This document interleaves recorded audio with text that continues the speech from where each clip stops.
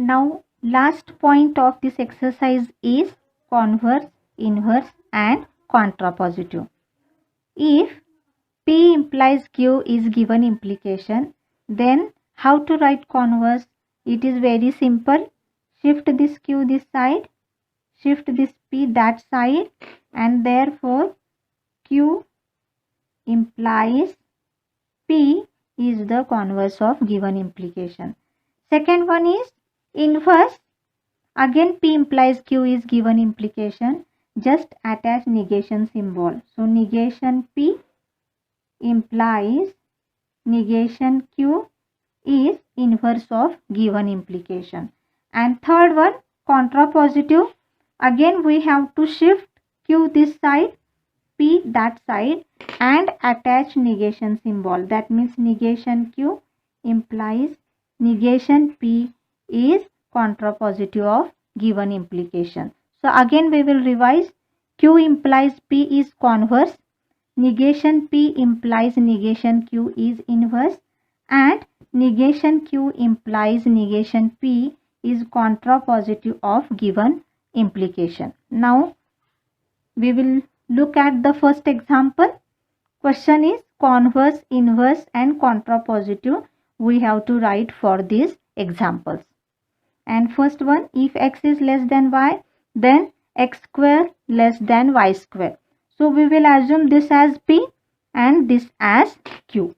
So P x less than y, Q means x square less than y square.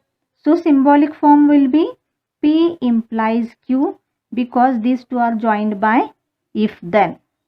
So first one, converse, we know it is Q implies P.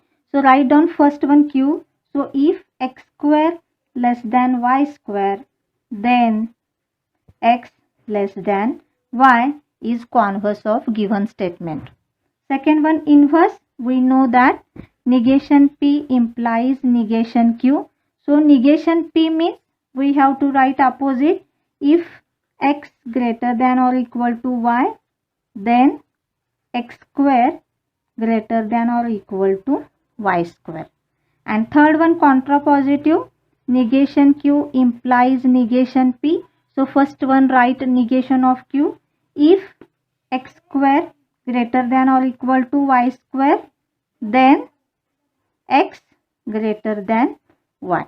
This is converse, inverse, contrapositive. This example carry for this step 1 mark, for this step 1 mark, for this step 1 mark. So in the board exam, it carries 3 marks. Sorry, here x greater than or equal to y must be there. So, see second one. If a function is differentiable, then it is continuous. So assume this as P and this as Q. So we have a function is differentiable is P statement, a function is continuous which is Q statement. Symbolic form is P implies Q because these two are combined by if then. Now converse, Q implies P, we know, and first one write down Q statement. So if a function is continuous, then it is differentiable.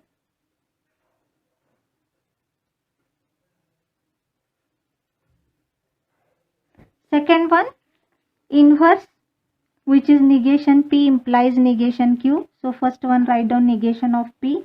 If a function is not differentiable, then now write down negation Q.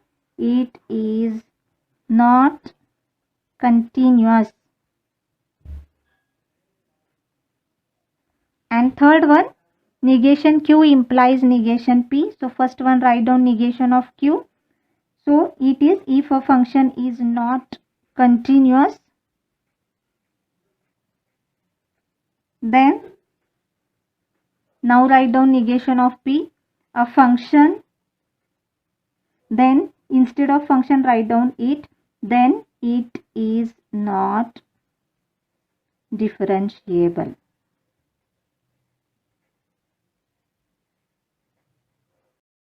Now next example is, if surface area decreases, then pressure increases. Now assume first statement as P, second statement as Q, and therefore the symbolic form is P implies Q because these two are combined by if then. Now converse we know it is Q implies P, and so we have to write first Q statement.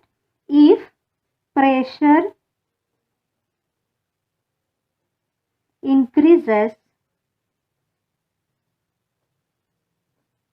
then surface area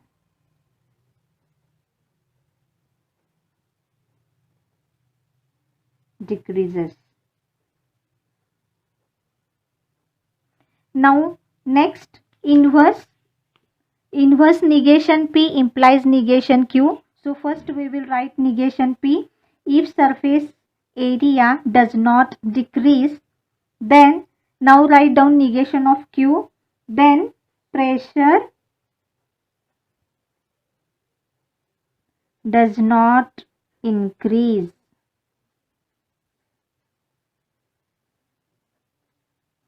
And last one, contrapositive, which is negation Q implies negation P. So here first we will write negation Q. If pressure does not increase, then surface area